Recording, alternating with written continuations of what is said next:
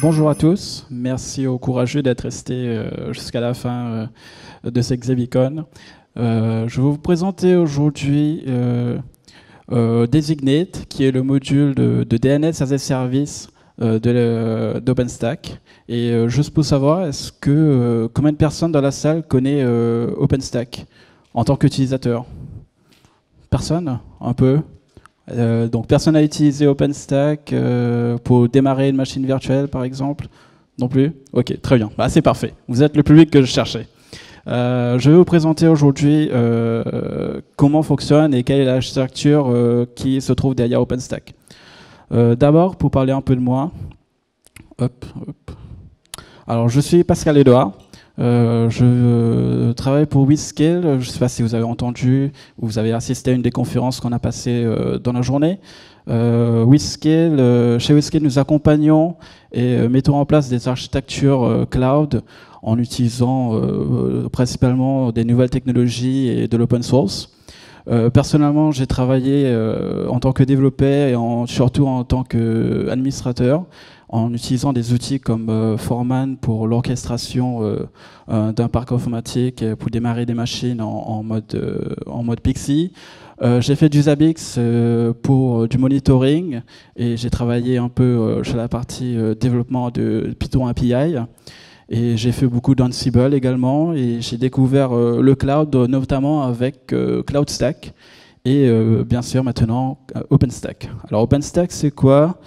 En quelques mots, OpenStack est un ensemble de modules dont chacun est dédié à exécuter des tâches très précises, partant de la gestion de machines virtuelles, en passant par la gestion de réseaux virtualisés, gestion d'utilisateurs, de supervision, de stockage, ainsi de suite.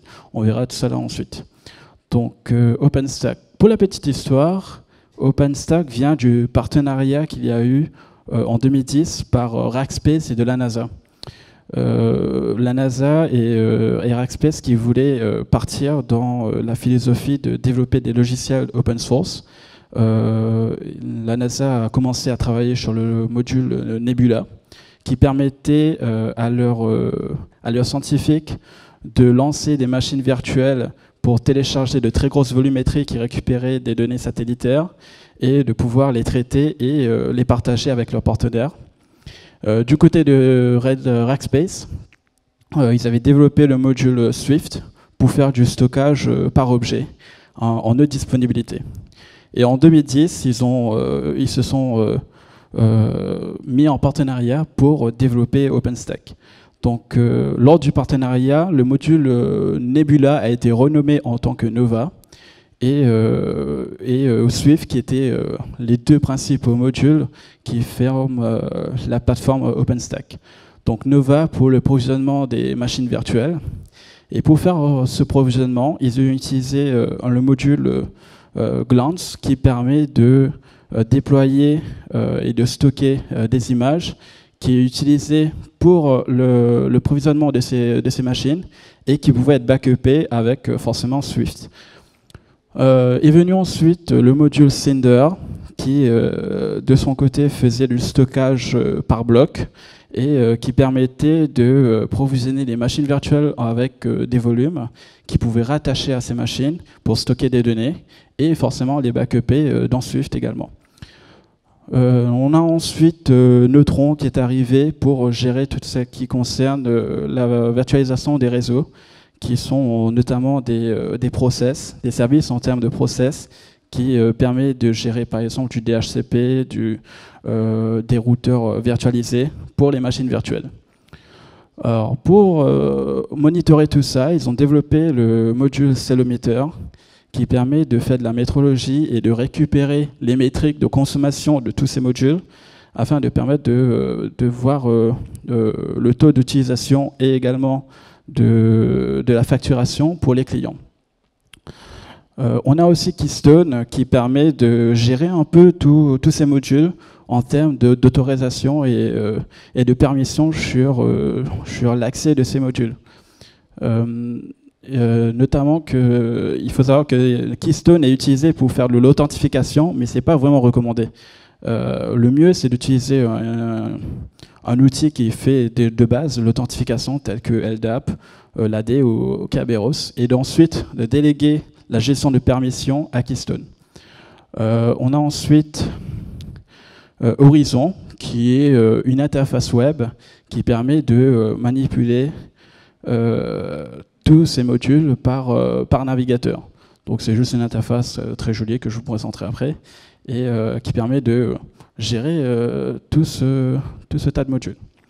Et enfin, on a Heat qui permet de faire de l'orchestration en gérant toutes les ressources que permet d'utiliser sur OpenStack. Donc l'automatisation de création d'instances, etc. Donc une architecture de base d'OpenStack ressemble à peu près à ça. On a environ donc de base 3 contrôleurs qui va contenir notamment les principaux services des modules, qui est l'API de Nova, de Keystone, de Neutron, etc.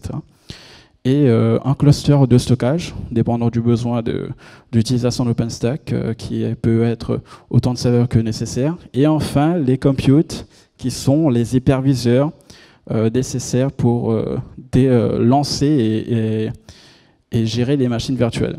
Donc les hyperviseurs peuvent varier de base par du KVM, mais on peut également l'utiliser pour du Xen ou du VMware également. Donc là, en ce moment, donc, on peut utiliser autant de compute que nécessaire, dépendant du besoin. Alors OpenStack ne s'arrête pas là. Il y a eu énormément de développement qu'il y a eu autour d'OpenStack, et notamment plein de composants qui sont arrivés afin de répondre à des demandes des utilisateurs, et notamment des développeurs, tels que le module Sahara, qui permet de faire du Hadoop as a service avec OpenStack. On a également de la base de données avec Trove, Freezer qui fait du backup as a service.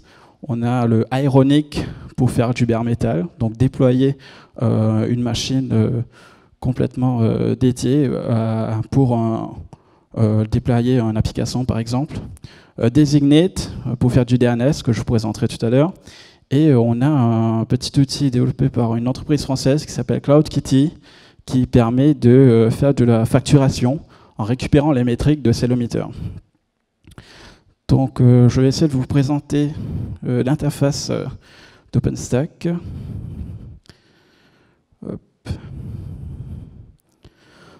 Donc on a ici l'interface, je vois si vous voyez bien, de connexion. Donc on va se connecter avec un utilisateur. Donc là c'est la partie horizon qui permet de vraiment se connecter avec la machine.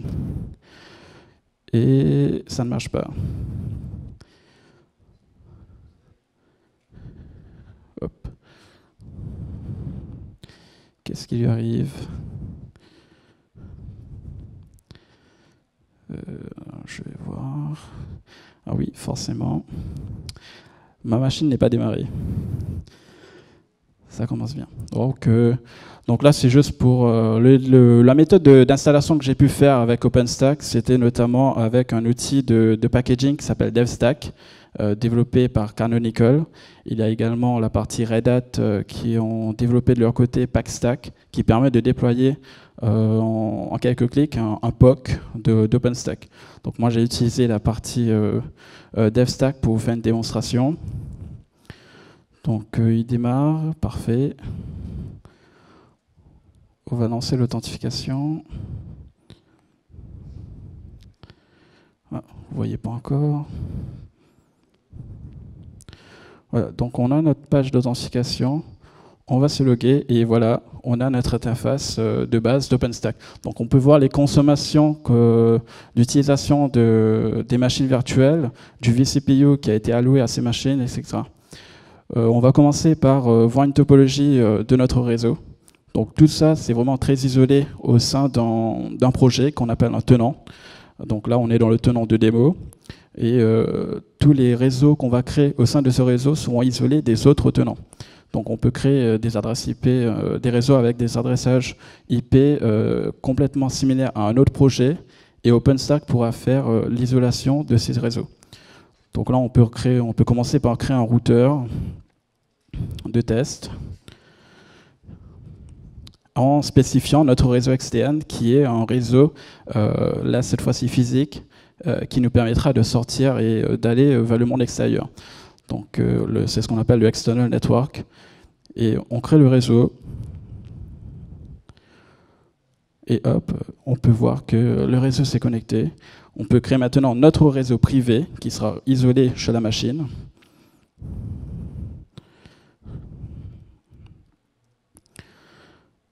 Et le subnet qui va bien.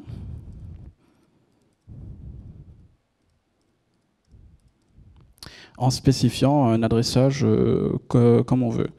Donc de base,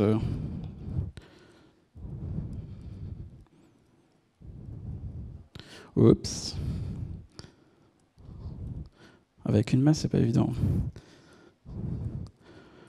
Et en spécifiant... Voilà. Donc là, on a un réseau en 192.68.1. Vous voyez bien tout le monde, c'est bon. Et on peut spécifier l'accéder à un DHCP. Donc c'est un process qui va se lancer, qui va écouter sur ce réseau et permettre d'allouer une plage d'adresse IP. On peut spécifier par exemple que je veux que mes machines, quand elles se lancent, s'approprient un adressage entre, on va dire, 100 et...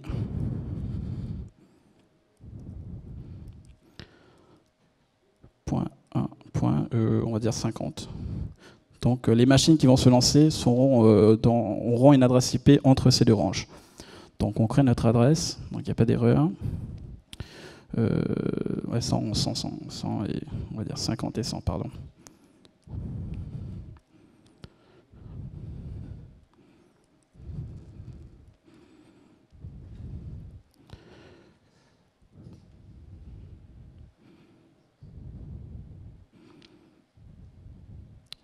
Qu'est-ce qui ne va pas?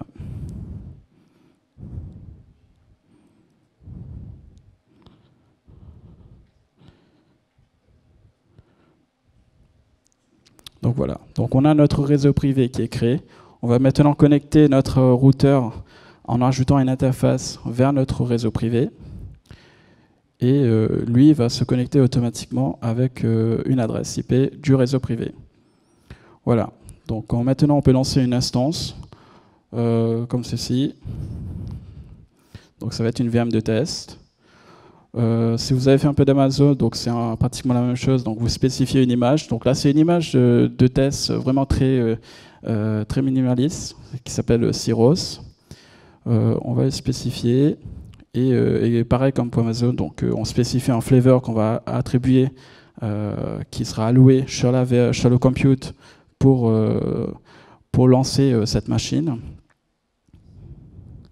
Le réseau privé qui est rajouté automatiquement, des ports supplémentaires si nécessaire, et le security group qui va bien avec les règles d'accès du monde extérieur. Donc depuis le réseau external, qui est un routeur qui est géré par un service routeur L3, qui permettra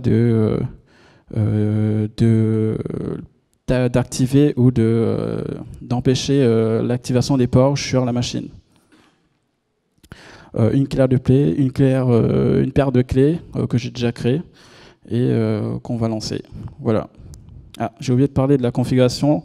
Alors, je peux pas en parler pendant la création. On peut également spécifier un script de configuration qui va se lancer avec un service qui s'appelle Cloud Init, qui va s'exécuter uniquement la premier lancement de la machine. Donc ça permet de créer une machine avec un service web qui tourne derrière, etc. Donc là, on peut voir qu'en quelques secondes, on a une machine qui est lancée, qui est en running, avec une adresse IP privée, qui n'est pas accessible. Et commençant par notre adresse SSH en .51. On associe maintenant une adresse IP flottante, qui est une adresse IP qui se trouve sur le réseau public, et qui va être associée au port de la machine. Donc cela permettra de créer une adresse et un point d'accès vers notre machine depuis le monde extérieur. Donc là, on a créé une adresse IP sur le port public en 215 et on fait l'association. Et la paire de clés a été rajoutée. l'adresse IP a été affectée à la machine. Donc on peut même récupérer cette adresse et faire un ping directement dessus en partant directement sur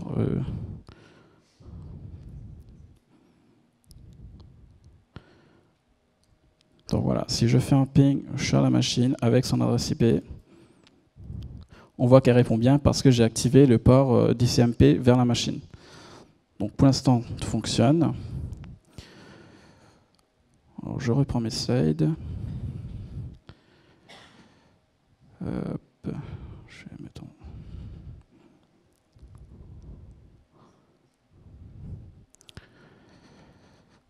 Donc on continue.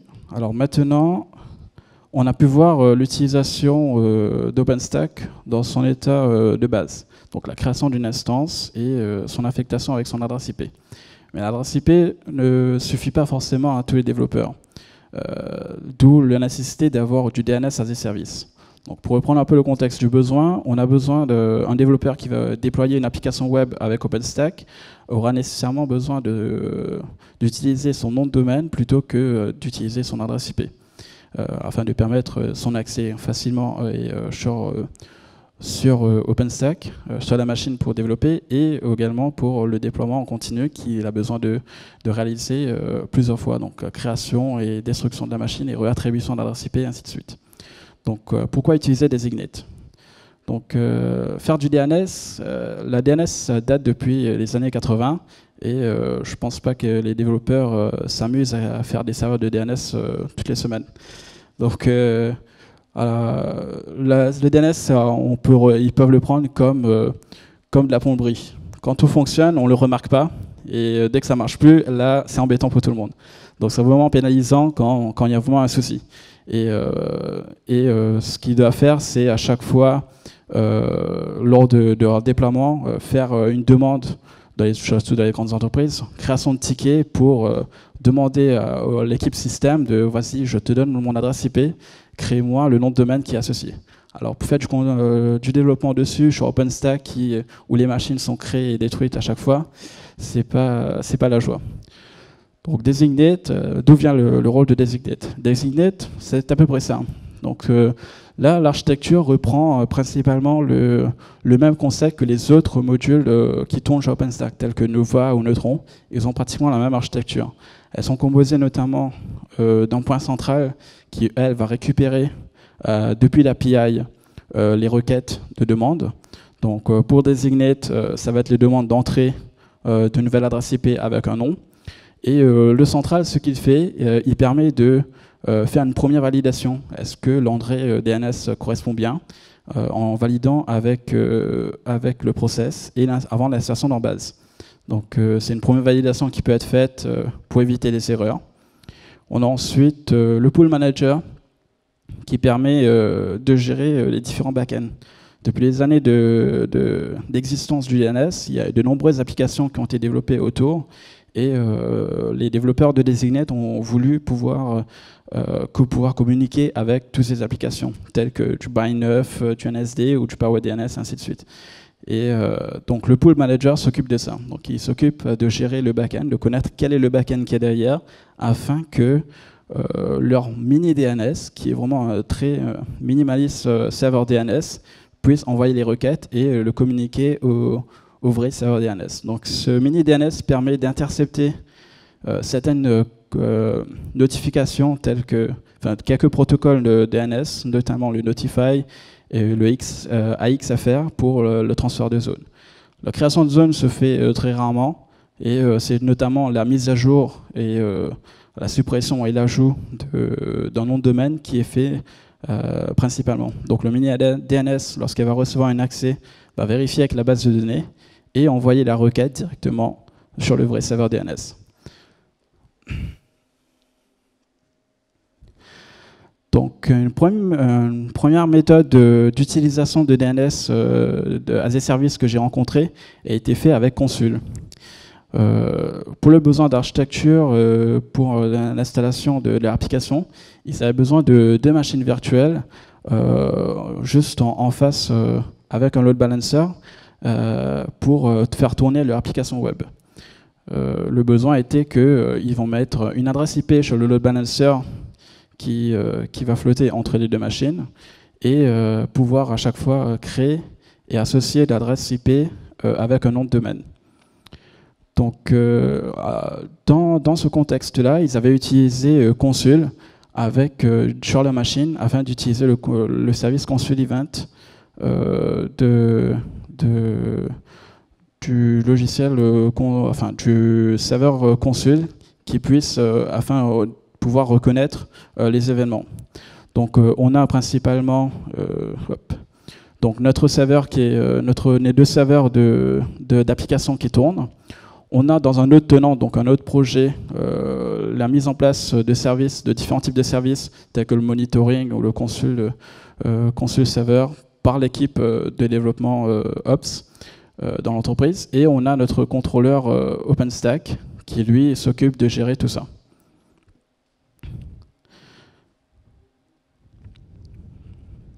Et on a également ensuite, bien sûr, l'autre serveur DNS qui, lui, se trouve en dehors du contexte OpenStack, afin que les autres architectures du développement de l'entreprise puissent communiquer et accéder à ces instances.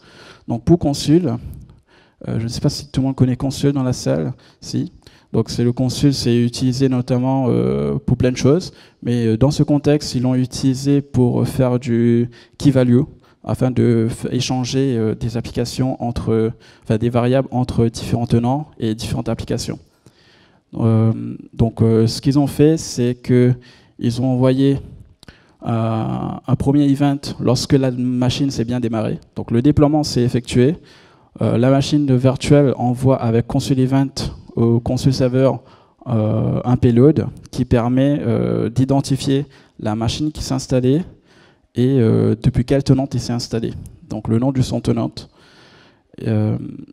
Pendant ce temps, le Consul Server va communiquer avec le serveur de Designate qui est en écoute sur ce serveur et va lui en passer les paramètres du payload afin de connaître quelle est la VM qui a été créée à partir de quel tenant, également avec son floating IP.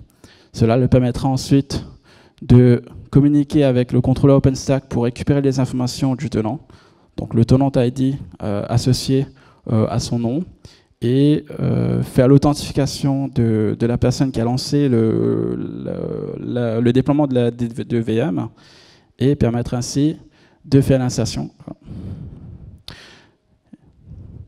Dans la base de DNS avec la création du nom de tenant et tout ce qui tourne derrière. Donc on aura un nom de domaine à peu près comme ça. Donc avec un wildcard, parce que ils avaient l'intérêt d'utiliser plusieurs types d'applications derrière et avec un HAProxy qui va tourner sur la machine pour répondre aux différents types de requêtes. Donc là, on a notre tenant one.witscale.fr par exemple. Donc une deuxième méthode d'application qui était un peu plus intéressante cette fois-ci concerne notamment l'application, le module Heat. Alors Heat, il permet de faire quoi? Il permet notamment de déployer toute la stack. Le pointeur est mort. Il a trop été utilisé. C'est bon. Donc il permet de déployer notamment la machine virtuelle, le load balancer et également l'application derrière qui tourne en utilisant des scripts d'exécution qu'il peut récupérer à partir d'un Git par exemple, ou différents types de scripts Ansible ou de shell. Comme Heat fait partie notamment de la plateforme OpenStack, elle permet d'authentifier la personne qui le lance en passant par Keystone. Donc je vais faire une démo. J'avais un script de base. Donc un template Heat ressemble à quoi? Donc ça ressemble à peu près à ça. On peut spécifier différents types de variables, notamment pour pouvoir le permettre de déployer plus d'applications avec différents types d'environnements.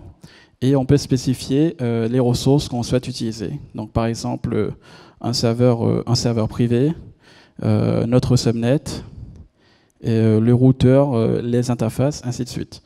On peut également utiliser la partie, ce qui nous intéresse notamment, c'est la partie designate qui est ici. Donc designate fait partie d'OpenStack, donc elle permet à HEAT de pouvoir communiquer avec OpenStack, elle permet à HEAT de pouvoir communiquer avec designate pour pouvoir créer les records comme on le souhaite. Donc les développeurs, ce qui va les intéresser notamment, c'est de pouvoir créer leur template avec le nom DNS qu'ils veulent utiliser et l'automatiser afin qu'ils n'auront plus besoin de communiquer avec leur équipe système pour devoir le faire.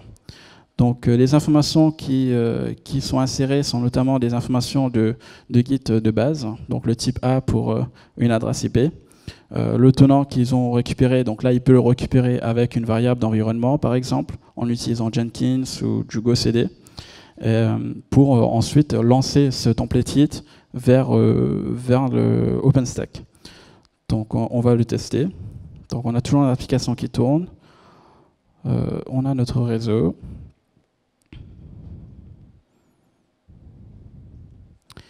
Et on a la partie stack qui est une stack, c'est l'ensemble des ressources que va lancer HEAT.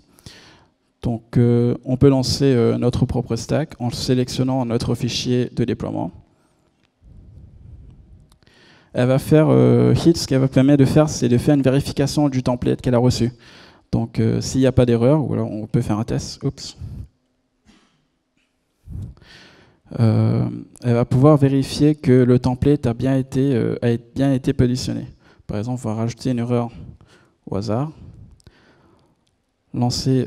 récupérer notre fichier et nous dire que voilà, il ne reconnaît pas la partie designate. Donc tout comme pour designate, la partie de vérification se fait avant le lancement de notre template. Donc on va corriger ça et relancer notre fichier. Et cette fois-ci, c'est bien passé. Donc là, on peut donner un nom à notre stack. Et le mot de passe pour notre compte démo. Je sais, il est minuscule, mais c'est juste pour le test. Et on lance. Donc j'espère que je vais être assez rapide. Donc là, ce qu'elle va faire, c'est vraiment tout ça. Donc là, on peut voir une vue globale de tous les modules qui sont en train d'être déployés, l'adresse IP flottante, les machines virtuelles, le routeur, ainsi de suite. Donc on a une vue globale de l'application avec une animation. Donc ça, c'est les développeurs de Neutron qui l'ont développé. Ça, c'est pas grand-chose, mais c'est pour le fun. Et on peut voir le progrès que ça va avancer au fur et à mesure que l'application tourne. Et on peut voir à côté que les instances sont en train d'être créées. Et voilà, donc là j'ai été un peu trop rapide. Et la machine s'est déjà créée avec les load balancers, le load balancer, le load balancer qui va bien avec son adresse IP, donc 218. Et on peut retourner sur notre stack. Voilà, la stack s'est bien complétée. Et on peut voir que tout est en vert. Donc tout est bien passé. Donc maintenant que le nom de DNS a été créé, on peut récupérer le nom de DNS qui a été utilisé, donc le nom du tenant qui est le tenant démo. Et on peut faire un ping maintenant sur une de notre instance qu'on va appeler vm.demo.cbeacon16.fr. Et là, on peut voir qu'elle récupère l'adresse IP.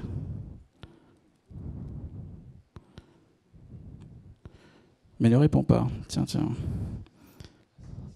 Si, ça y est. Alors, ça prend un peu de temps.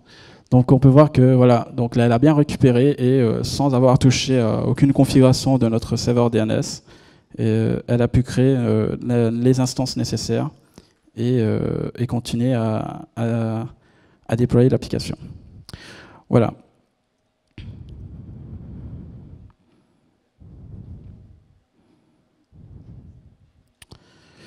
Voilà, donc pour conclure, ce qu'on a vu aujourd'hui, c'est vraiment la partie basique de l'utilisation d'OpenStack pour déployer des machines virtuelles, qui permet aux développeurs de déployer des applications, notamment des applications web, et la nécessité d'avoir un service de DNS à la demande qui permettra de déployer automatiquement avec leur outil de déploiement le nom de domaine sans avoir à toucher au serveur de DNS en lui-même. Il y a plusieurs types d'utilisation derrière, il y a plusieurs méthodes pour le déployer, notamment avec Consul et Hit. Il n'y a pas vraiment de meilleure méthode pour le faire. C'est juste que Hit permet plus d'avoir une cohérence globale sur l'architecture et la plateforme OpenStack afin de fournir quelque chose de cohérent pour les développeurs et également pour l'admin sys. Voilà, je vous remercie de votre attention. Si vous avez des questions.